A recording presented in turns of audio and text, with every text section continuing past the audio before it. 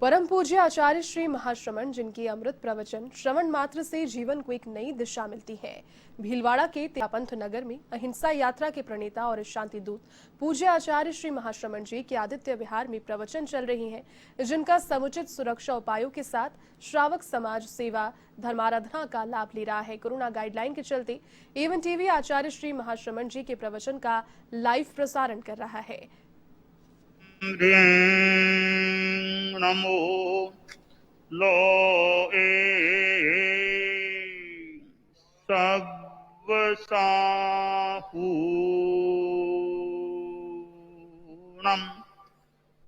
एषो पंचनमोक्कारो सब्बपावपणासनो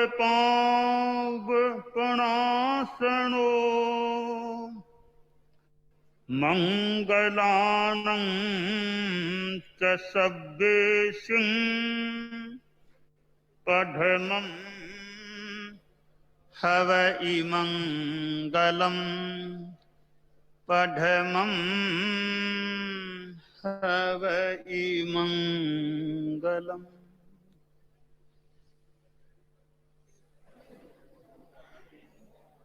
तीर्थंकर प्रभु महावीर को नमन। तीर्थंकर के प्रतिनिधि भैक्षव शासन के एकादशम अधिशास्ता परम पूज्य आचार्य श्री महाश्रमण जी के श्री चरणों में वंदना। मुख्य मुनि प्रवर साध्वी प्रमुखासी जी, मुख्य नियोजिका जी साध्वी बरिया जी, साधु साध्वी वृंद, समणी जी, बंधुओं एवं बहनों, भिक्षव शासन की नींवों में बलिदानों की अमर कहानी है। आज्ञा, अनुशासन, समर्पण की त्रिवेणी सुहानी है। सम्यक साधना आराधना का पावन मंदिर है तेरा पंथ, जहां एक गुरु और एक विधान की अमर निशानी है। जिस तेरापंथ धर्म संघ में एक गुरु और एक विधान है, वह तेरापंथ धर्म संघ मर्यादाओं से आबद्ध है और मर्यादाओं की स्मरणा आदि के लिए अपने आप में एक तिथि होती है। पूज्य प्रवर की सन्निधि में आज भीलवाड़ा की इस धरती पर चतुर्दशी, चातुर्मासिक चतुर्दशी है। इस अवसर पर साधु साध्वियों की उपस्थिति हुई है। हाजिरी का क्रम चलने वाला है और आज का यह हाजिरी का क्रम इसलिए महत्वपूर्ण हो जाता है कि लगभग 15 महीनों के बाद में पूज्य प्रवर की सन्निधि में हाजिरी के रूप में, अनिवार्यता के रूप में आज हाजिरी हो रही है। तो भीलवाड़ा की धरती भी अपने आप में यह धन्यता का अनुभव करेगी कि यहाँ पर एक साथ में चारित्र आत्माएं इतनी संख्या में पूज्य प्रवर की सन्निधि में प्रवचन में विराजमान है। यह एक हॉल है। यह हॉल श्रोताओं के लिए है। आज तो गुरुदेव के समक्ष लगभग चारित्र आत्माएं या शिष्य शिष्याएं या मुमुक्षु बहनें श्रोता के रूप में हॉल में उपस्थित है। पूज्य प्रवर की अमृत देशना से हम सभी लाभान्वित हों। मुख्य रूप में साधु साध्वियों के लिए जो सभा के रूप में हाजिरी का क्रम है, उसे भी पूज्य प्रवर संपादित कराएंगे। साथ में चातुर्मासिक चतुर्दशी भी है। पूज्य प्रवर की हम अनेक प्रकार की प्रेरणाओं को प्राप्त करेंगे। निवेदन परम पूज्य गुरुदेव। महावीर तुम्हारे चरणों में श्रद्धा के कुसुम चढ़ाए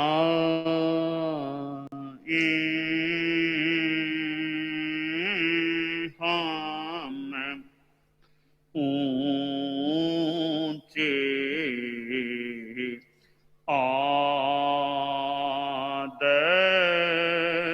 आदर्शों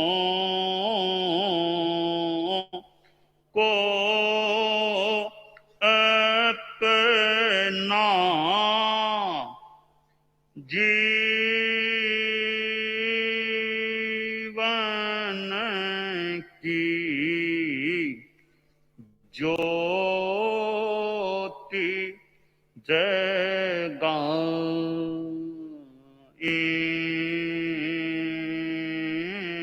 हम महावीर तुम्हारे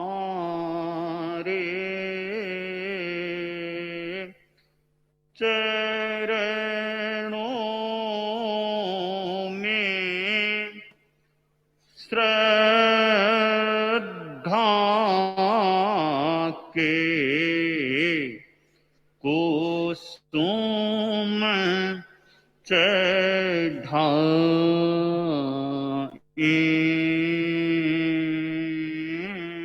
हम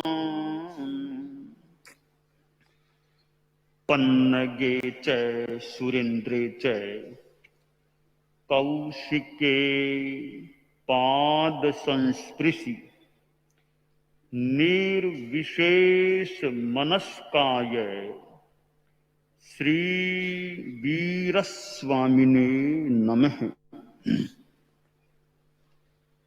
आरहत वाङ्मय में कहा गया है, नाणं च दंसनं चैव चरितं च तवोतः एष मग्गोत्तिपन्नत्तो जिनेहिं वरदसिहि। एक प्रश्न है कि मार्ग कौन सा है। हमारे जीवन में मार्ग ज्ञान भी आवश्यक होता है। आदमी पहले मंजिल को निर्धारित करे, मुझे कहां पहुंचना है, कहां जाना है। मंजिल तय हो गई, वहां मुझे जाना है। तो दूसरा फिर महत्वपूर्ण प्रश्न होता है, जो मंजिल मेरे द्वारा निर्धारित है वहां पहुंचने का रास्ता कौन सा है। मंजिल बढ़िया है पर रास्ता नहीं जानेंगे तो वहां कैसे पहुंचेंगे। तो मार्ग ज्ञान भी महत्वपूर्ण है।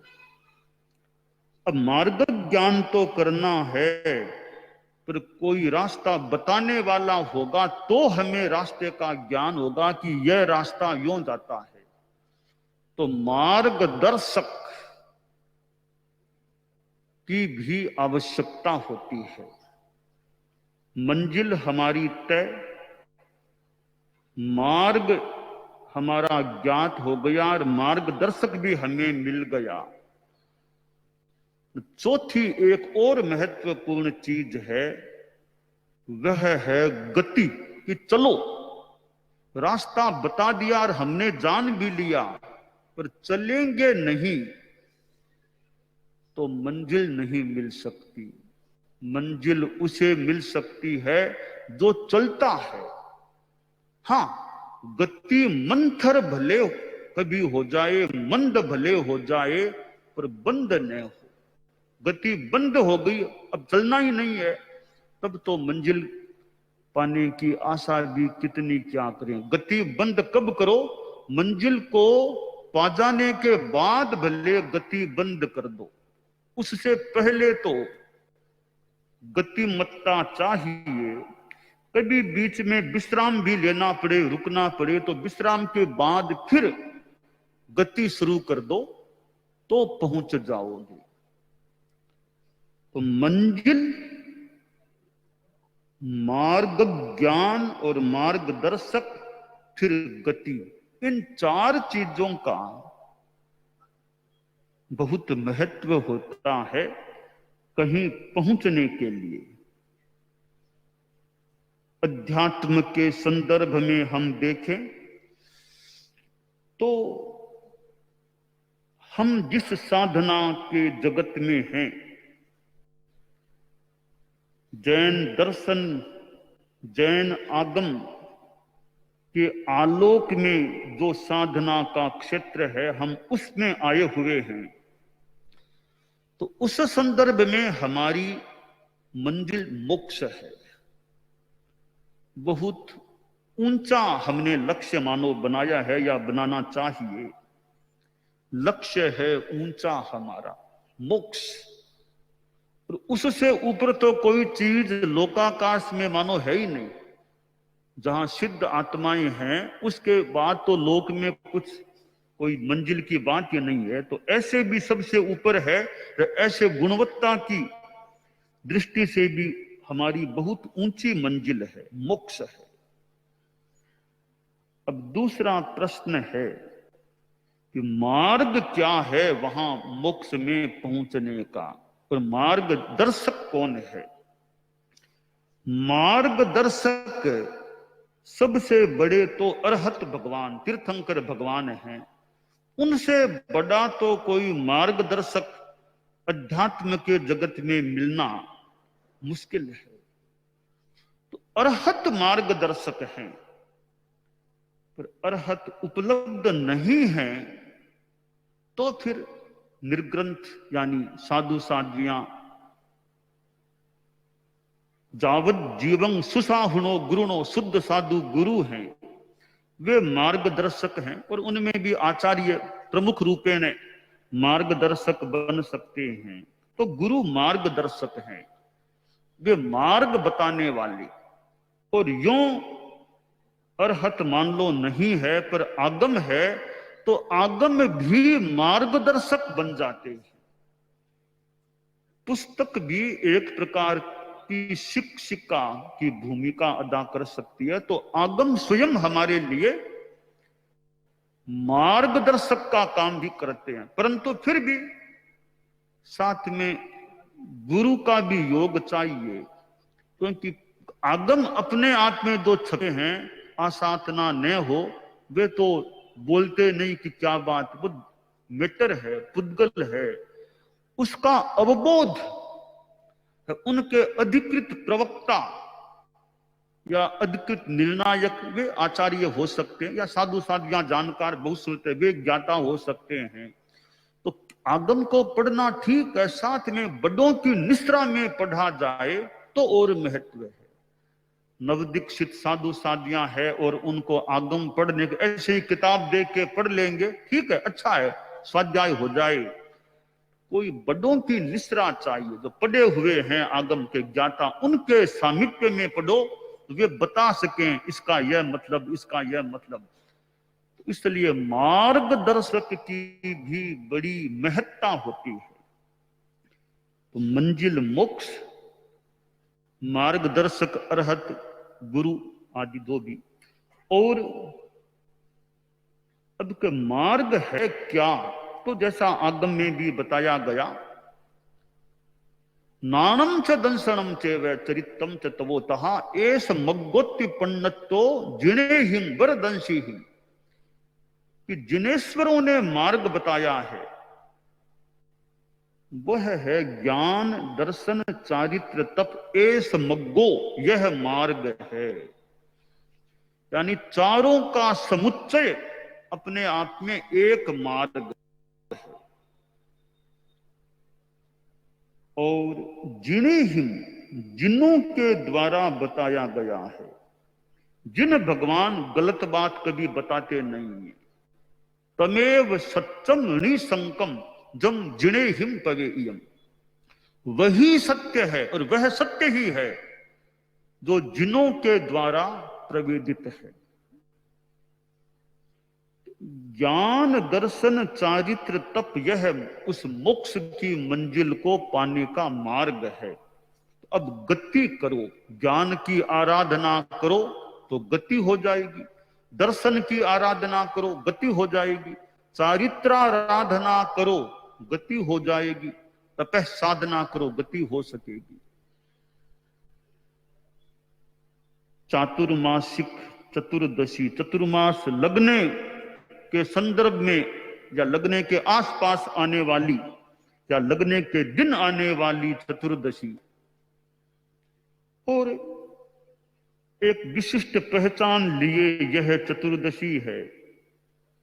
ऐसे भी चतुर्दशी एक धार्मिक तिथि के रूप में प्रतिष्ठित रही है और वह भी चातुर्मासिक चतुर्दशी, एक बड़ी चतुर्दशी के रूप में इसे माना जा सकता है।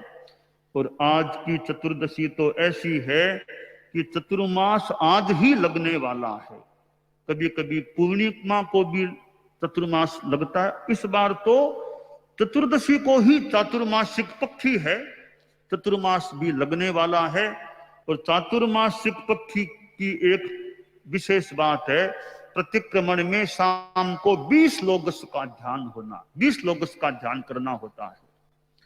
तो हमारे श्रावक श्राविकाएं भी, साधु साधियां भी, समणियां भी, आज चातुर्मासिक चतुर्दशी है तो चातुर्मासिक पक्षी का प्रतिक्रमण है और उसमें 20 लोगस का आज ध्यान करणीय है।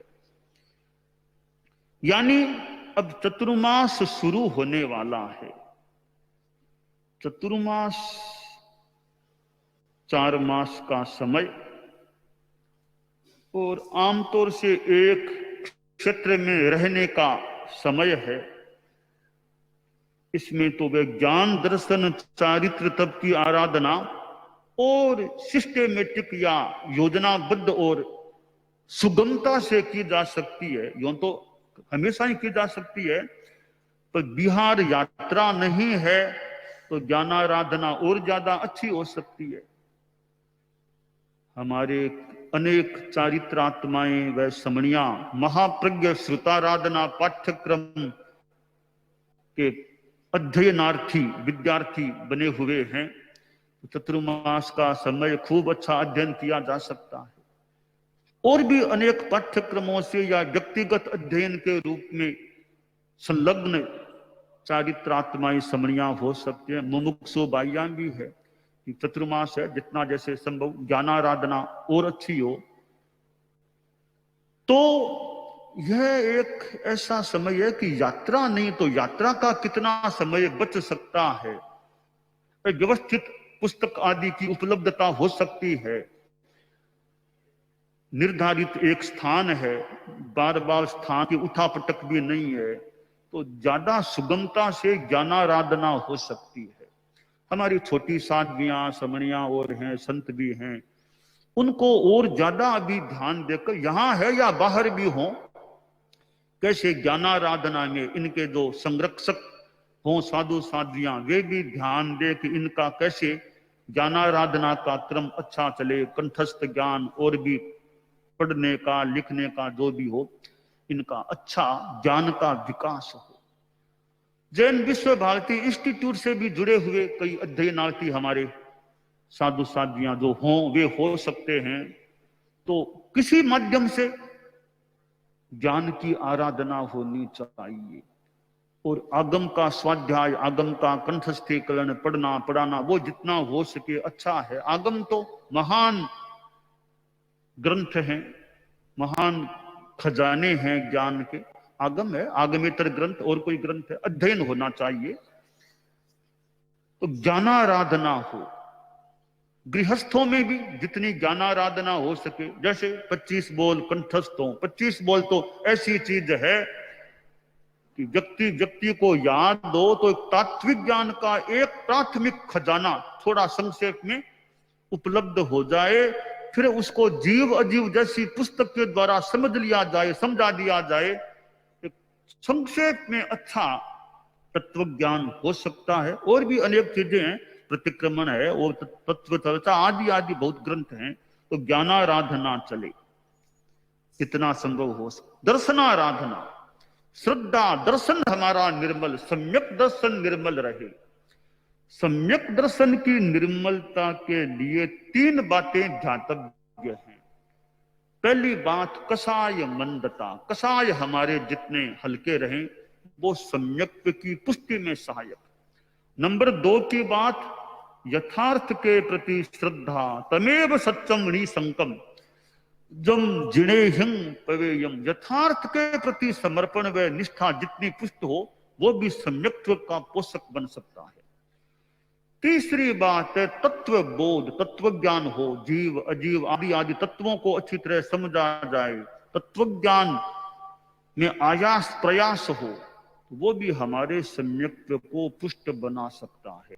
तो कषाय मंदता, यथार्थ श्रद्धान और तत्व बोध, इन तीनों के द्वारा सम्यक्त्व की निर्मलता को और ज्यादा आगे बढ़ाया जा सकता है, ऐसा प्रतीत हो रहा है। तो दर्शन आराधना अच्छी रहे और आगम आदि के स्वाध्याय से भी दर्शन को पुष्ट होने का मौका मिल सकता है। तीसरी है चारित्र की आराधना, कि चारित्र की निर्मलता रहे। और साधु साध्वियां हैं, समणियां भी हैं। साधु साध्वियों का अपना जो छेदोपस्थापनीय चारित्र है, जिसमें 5 महाव्रत और 6ठा व्रत स्वीकृत है, इनकी हमारी सुरक्षा ठीक रहे, महाव्रतों की साधना अच्छी चले। वर्तमान में मुझे लगता है कि चारित्रात्माओं के कहीं कहीं दोष तो, यानी ये स्मृति सेवनाएं चिकित्सा में, कभी एक्सरे कराओ और कभी खून टेस्टिंग कराओ, कभी वो कराओ और कभी साधन है, कभी वाहन भी है, ऐसे काम तो पढ़ सकते हैं, पढ़ते भी हैं कईयों के। यह तो मान लो मजबूरी है, जो भी है। अब उसका एक सर्वोत्तम या बढ़िया उपाय है कि आलोचना होती रहे, प्रायश्चित होता रहे, तो हमारी गाड़ी ठीक ठाक चल सकेगी। आलोचना अगर नहीं होती है, परवाह नहीं हो गया तो गया, क्या आलोचना नहीं होती है तो थोड़ा सा डेंजर है, थोड़ा सा चारित्र के लिए खतरा। आलोचना नहीं होती है तो वो साथ में चलता रहे तो हमारी गाड़ी चल सकेगी। तो हम चारित्रात्माओं के लिए, समणियों के लिए भी यथा योग्य ध्यातव्य है कि आलोचना प्रायश्चित मेरा ठीक होता रहे, उसमें आलस्य हम न करें कि प्रायश्चित ले ले, लेने के बाद जो बताया गया वो उतार दिया, बस अब हल्के हैं, उतार दिया हमने, तो वो ज्यादा भार इकट्ठा न रहे। जैसे जैसे टाइम मिले उतारते रहो, स्वाध्याय के द्वारा, तप के द्वारा, जब जो भी बताया गया है उसके अनुसार उतार देना चाहिए, वो पड़ा नहीं रहना चाहिए।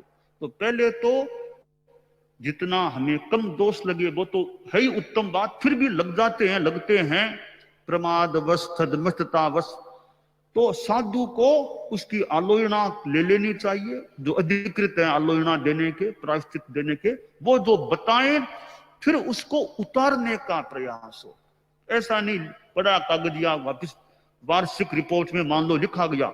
जिनको वार्षिक रिपोर्ट मिल जाए एक बार अच्छी तरह देखना चाहिए, कहाँ क्या कुछ चिन्ह किया गया, बताया गया, उसको ध्यान से देखना चाहिए कि प्रायश्चित क्या क्या दिया गया है, वो ध्यान से देख करके कि मेरा कैसे उतर जाए, मेरा साफ हो जाए, वो प्रयास होना चाहिए।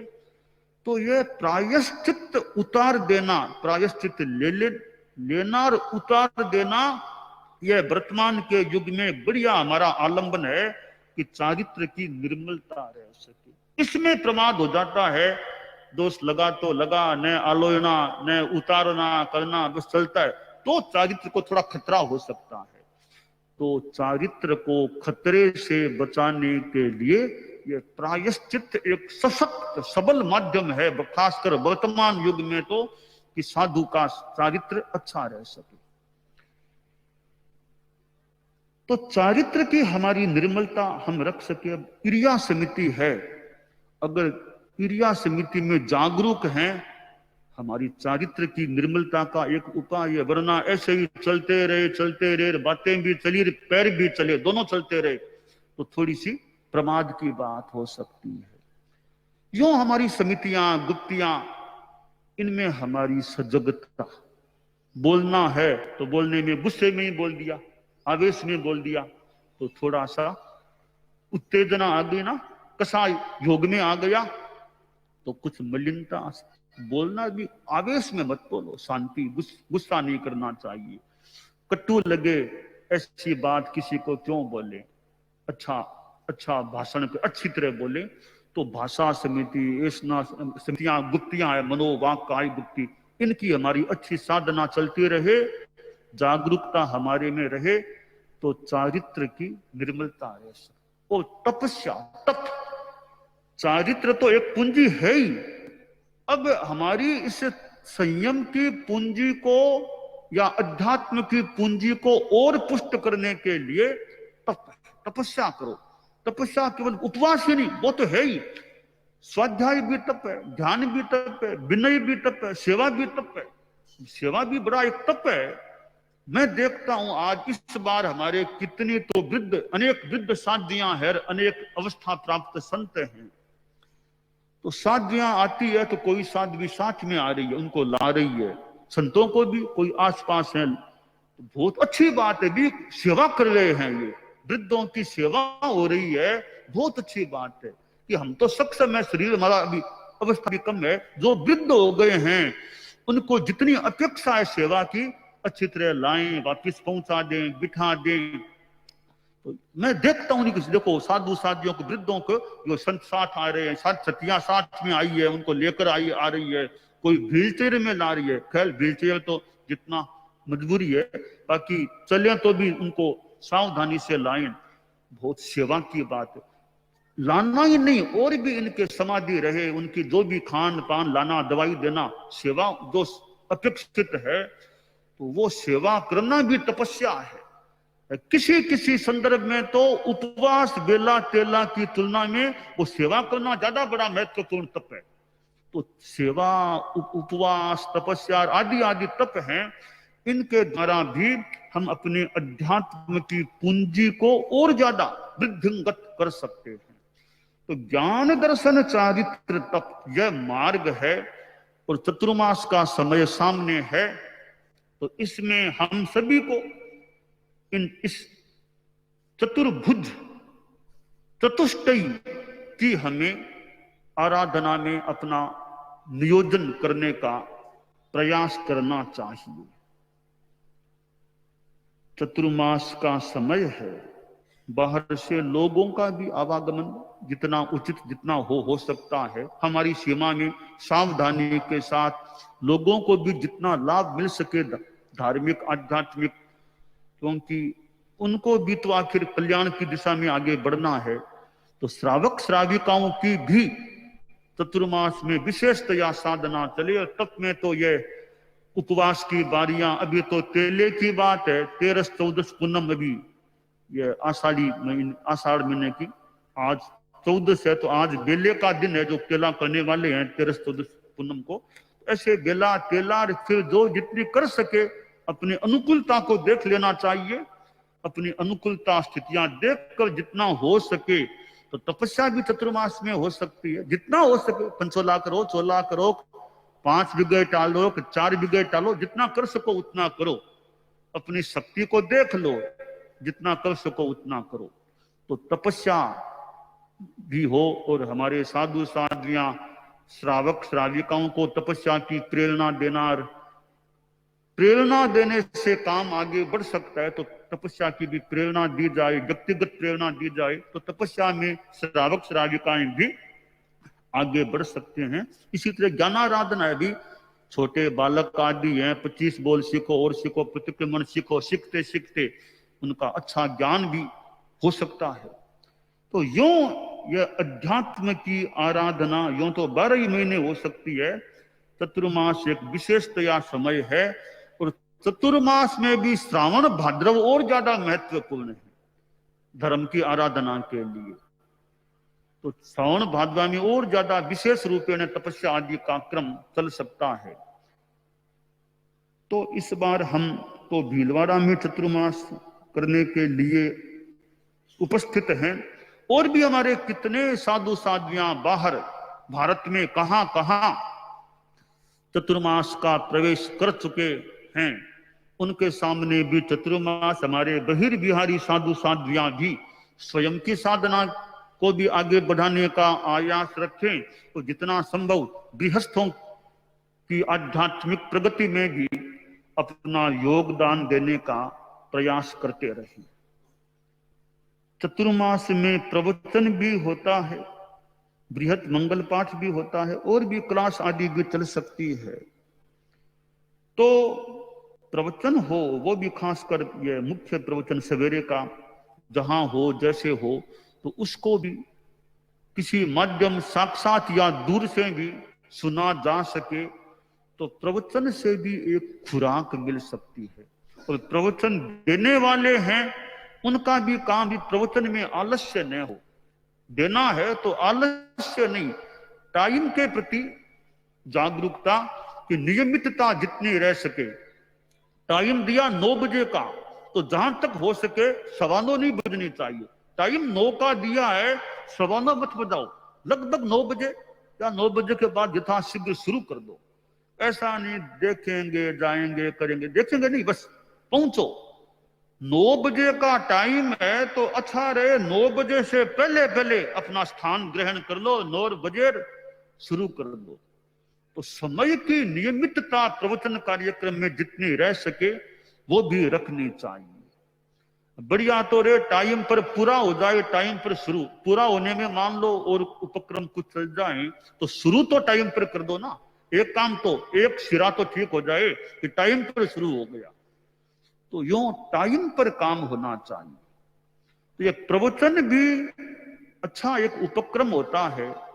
परम पूज्य आचार्य भिक्षु हमारे देखने में गुरुदेव तुलसी परम पूज्य आचार्य महाप्रज्ञ जी प्रवचन करते थे, और सवेरे का तो मानो जमा जमाया था। गुरुदेव तुलसी को देखा, सवेरे का उनका जब तक आचार्य काल में थे जमा जमाया।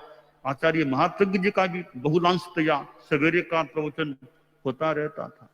जिसका जो जिम्मा हो, रात का भी जिन पर जिम्मा वो रात का प्रोग्राम करें। तो यानी प्रवचन में आलस्य नहीं।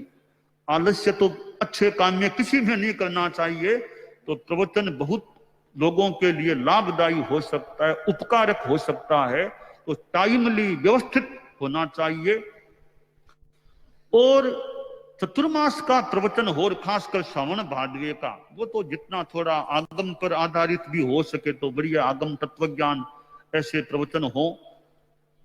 शेष काल का तो मान लो ठीक है, कोई विषय जैसे काम। चतुर्मास में तो थोड़ा आगम आदि व्यवस्थित प्रवचन हो तो उसका अधिक महत्व हो सकता है।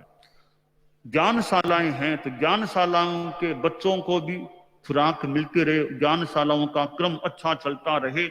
और ज्ञानशालाएं तो छोटे बच्चों के लिए बहुत अच्छा निमित्त बन सकती है, उनके ज्ञान विकास में भी और उनके संस्कार निर्माण, संस्कार विकास में भी।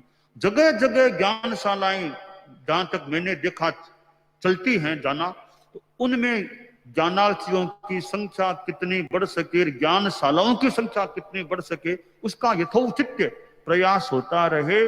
तो बच्चों के लिए मानो वरदान है यह ज्ञानशाला, उसका भी अच्छा क्रम चले। हमारे उपासक श्रेणी के जो सदस्य हैं उनका भी ज्ञान बढ़े और वे अब भी अपने ज्ञान से दूसरों को उपकृत करने का प्रयास भी कर सकते हैं। तो देश में विदेश में चतुर्मास का समय है।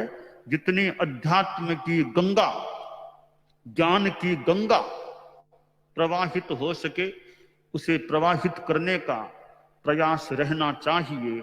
और हमारे यहाँ भीलवाड़ा में तो इस बार इतने चारित्रात्माएं विराजित हुए हैं, साधु समागम सा हो गया, इतना बड़ा समागम हो गया है।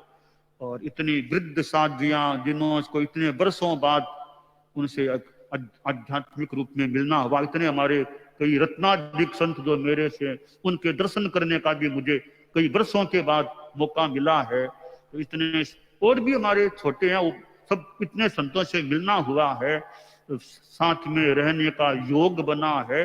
तो हम समय का जितना संभव हो सके बढ़िया उपयोग करें और खूब चित्त समाधि में, शांति में, सहज प्रसन्नता में रहें।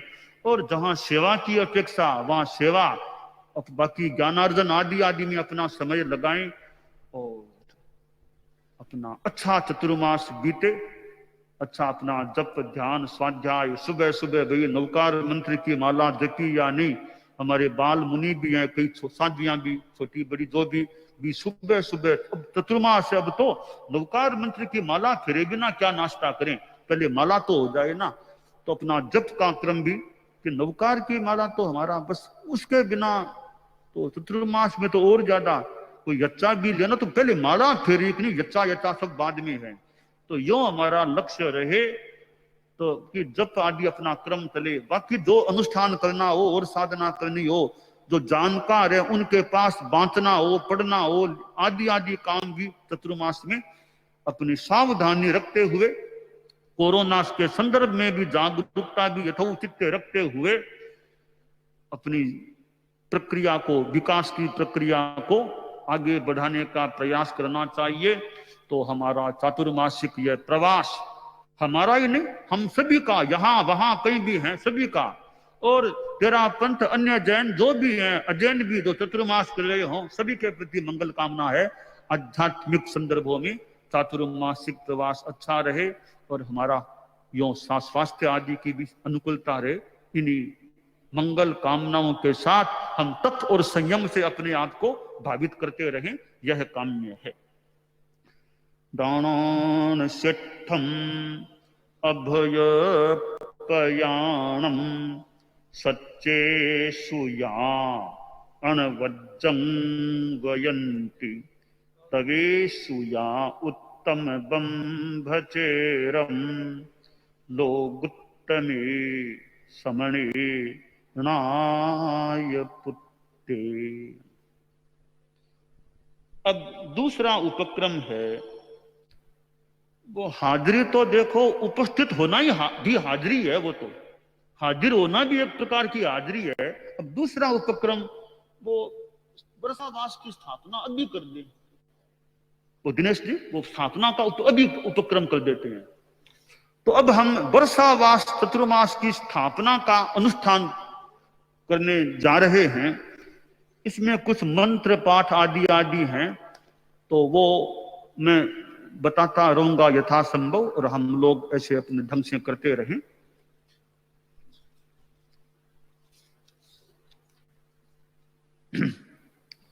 तो ये वर्षावास स्थापना में पहले तो त्रिपदी वंदना है।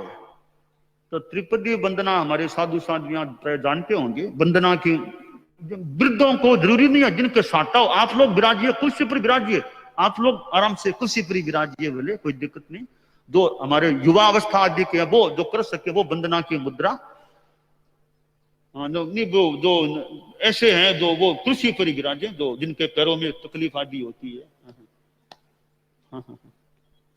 जो कर सके, जिनके भी वृद्ध नहीं तो भी पैर में कोई हो समस्या, तो बोले आराम से बैठे रहो, बैठे बैठे हाथ जोड़ सकते हैं, बोले बैठ बैठ बैठ। अब देखिए त्रिपदी वंदना जो जानते हो कि मैं बोल रहा हूं ऐसे उस हिसाब से ओम ह्रीम श्रीम 3 संकेत हैं, और पहले में यह वंदे अरहम, दूसरी बार वंदे गुरुवरम, तीसरी बार वंदे सत्यम का उपक्रम है। दिनेश जी ऊपर तुम ऊपर आ जाओ ताकि थोड़ा सा दिख जाओ, कैसे यहाँ आ जाओ, सावधान। ओम ह्रीम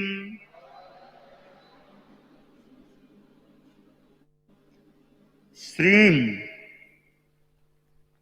ओम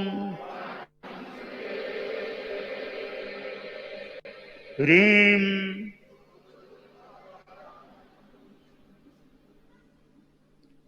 श्रीम ओम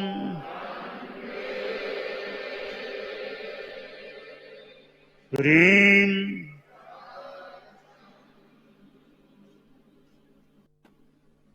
श्रीम। मूल स्थिति में आ जाएं।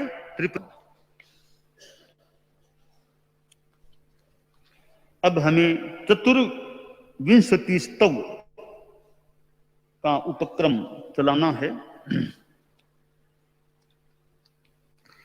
लोगस्य उज्जोयगरे धम्म तिथयरे जिणे हरिहन्ते कित्त इस्सम चौबीसम्पि केवली उसभ मजियम च वंदे संभवमभिनंदनम च सुमयिं च पौमप्पहं सुपासं जीर्णं च चन्दप्पहं वन्दे सुविहिं च पुप् शीयलसिद्धंस वासुपुज्जं च विमलमणन्तं च जिनं धम्मं सन्तिं च वन्दामि कुन्थुम् अरं च मल्लिं वन्दे मुनिसुब्बयं नमिजिनं च वन्दामि रिट्ठनेमिं पाशं तः बध्यमानं च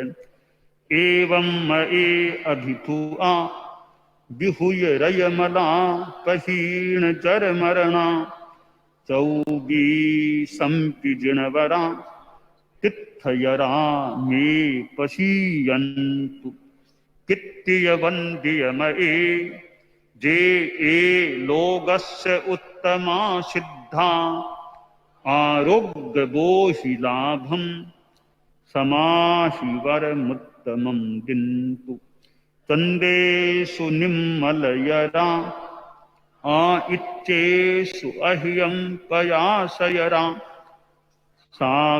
सागरवरगम्भीरा सिद्धा सिद्धिं मम दिशन्तु लोकस्य उज्जोयगरे धम्मतिथयरे जिने अरिहन्ते कित्त इस्सं चौबीसंपि केवली उसभ मजियं च वन्दे सम्भवमभिनन्दनं च सुमयिं च पौमप्पहं सुपासं जिनं च चन्दप्पहं वन्दे सुविहिं च पुप्फदन्तं शीयलसिज्जंस वासुपुज्जं च विमलमणन्तं च जिनं धम्मं सन्तिं च वन्दामि कुन्थुम् अरं च मल्लिं वन्दे मुनिसुब्बयं नमिजिनं च वन्दामि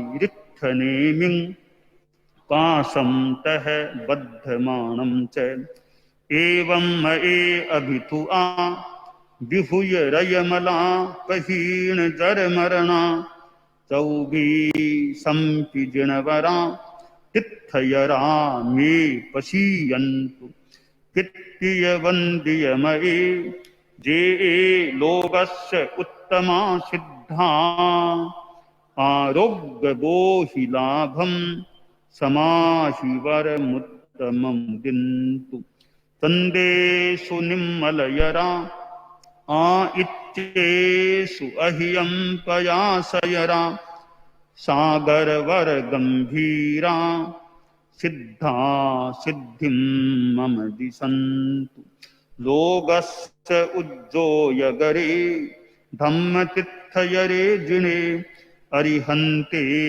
कित्त इस्सं चौबीसंपि केवली उसभ मजियं च वन्दे सम्भवमभिनन्दनं च सुमयिं च पौमप्पहं सुपासं जिनं च चन्दप्पहं वन्दे सुविहिं च पुप्फदन्तं शीअलसिज्जंस वासुपुज्जं च विमलमणन्तं च जिनं धम्मं सन्तिं च वन्दामि कुन्थुम् अरं च मल्लिं वन्दे मुनिसुब्बयं नमिजिनं च वन्दामि रिट्ठनेमिं पाशं तः बध्यमानं च एवं मये अभितु आ विहूय रयमला कहीण जरमरणा चौबीसंपि जिनवरा तिथयरा मे पशीयन्तु कित्तियवन्द्यमये जे लोकस्य उत्तमा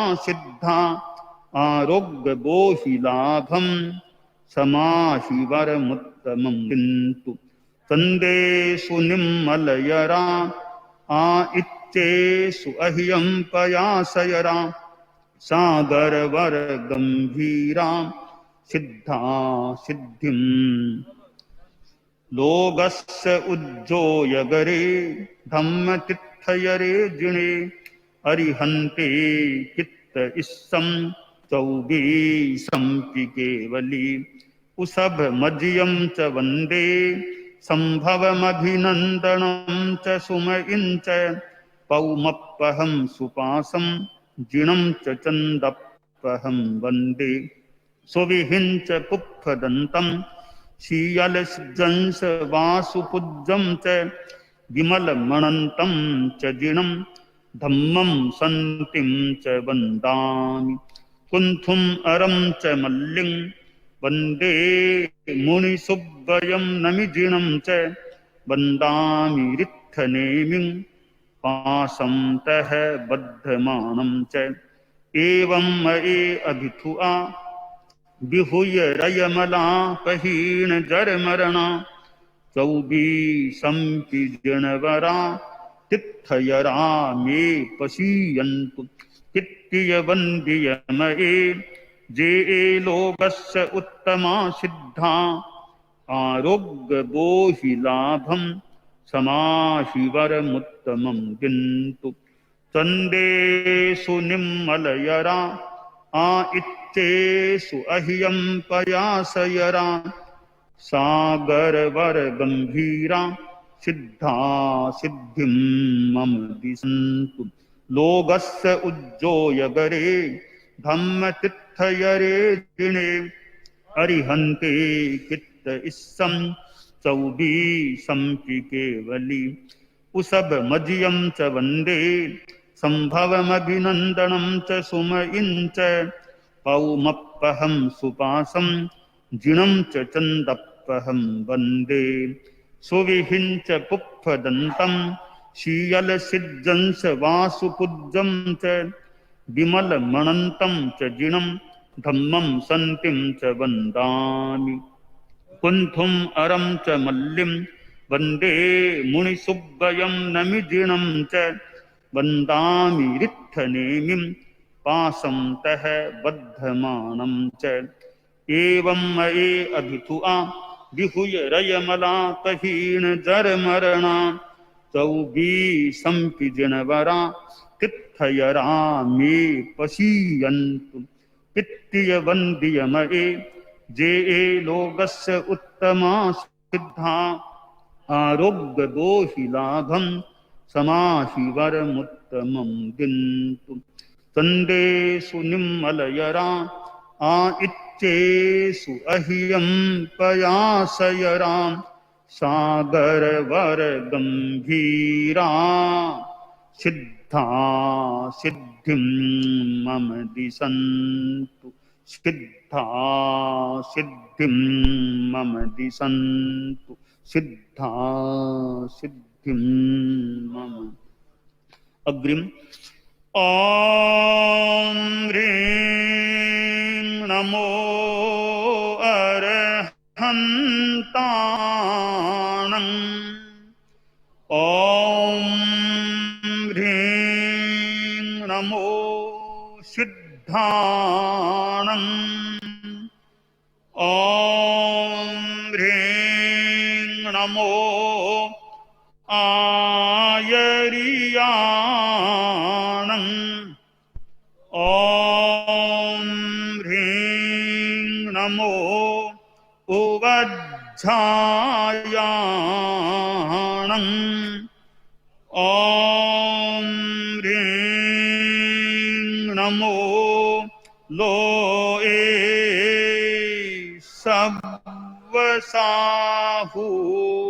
सव्वसाहूणं नमो नाणस्य नमो दंशनस्य नमो चरितस्य नमो तवस्य ॐ ह्रीं नमो अरहन्ताणं ॐ ह्रीं नमो सिद्धाणं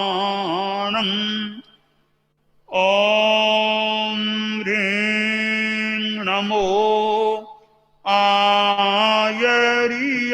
आयरियाणं ॐ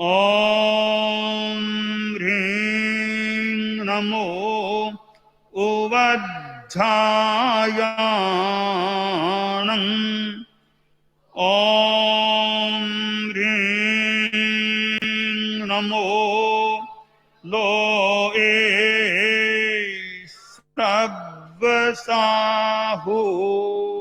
सर्वसाहूणम् नमो से नमो दंसनस्य नमो चरितस्य नमो तवस्य ॐ ह्रीं नमो अरहन्ताणम् ॐ ह्रीं नमो सिद्धा ॐ ह्रीं नमो आयर्याणम् ॐ ह्रीं नमो उवज्झायाणम् ॐ ह्रीं नमो लोए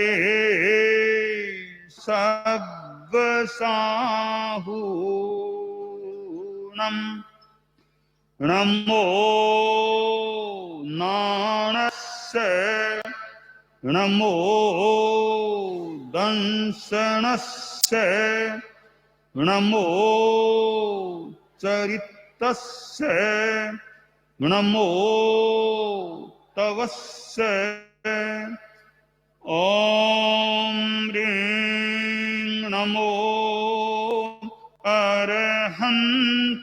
अरहन्ताणम् ॐ ह्रीं नमो सिद्धम् ॐ ह्रीं नमो आयर्याणम् ॐ ह्रीं नमो उवज्झायाणम् ॐ ह्रीं नमो लोए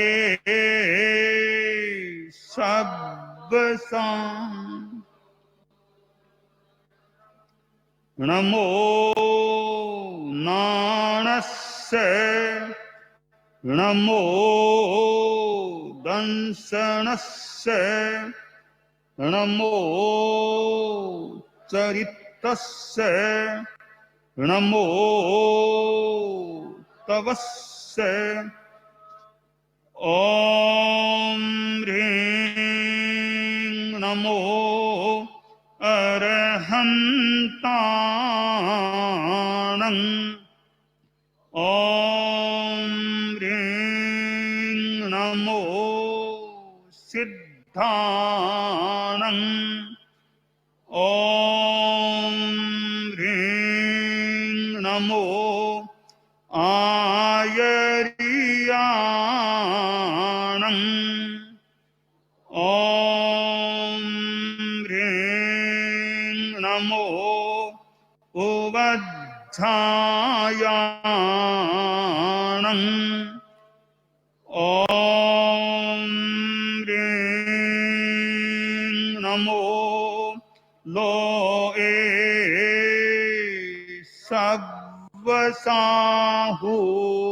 सर्वसाहूणम् नमो नाणस्य नमो दंसनस्य नमो चरितस्य नमो तवस्य ॐ ह्रीं नमो अरहन्ताणम् ॐ ह्रीं नमो सिद्धाणम् ॐ ह्रीं नमो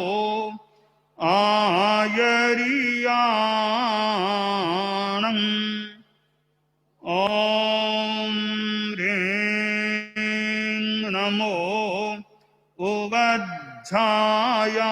उवज्झायाणम् ॐ ह्रीं नमो लोए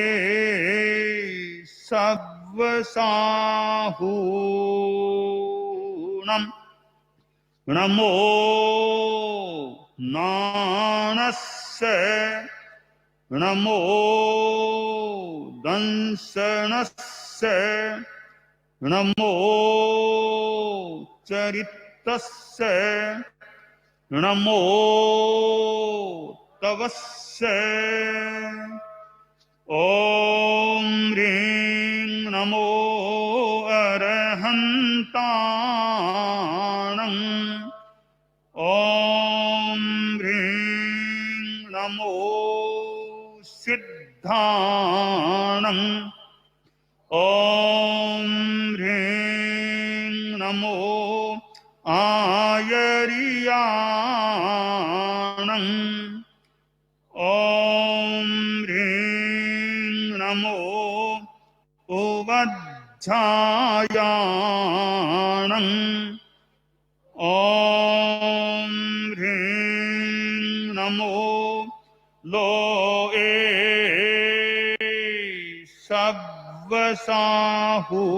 सव्वसाहूणम् नमो नानस्य नमो दंसनस्य नमो चरितस्य नमो तवस्य ॐ ह्रीं नमो अरहन्ताणम्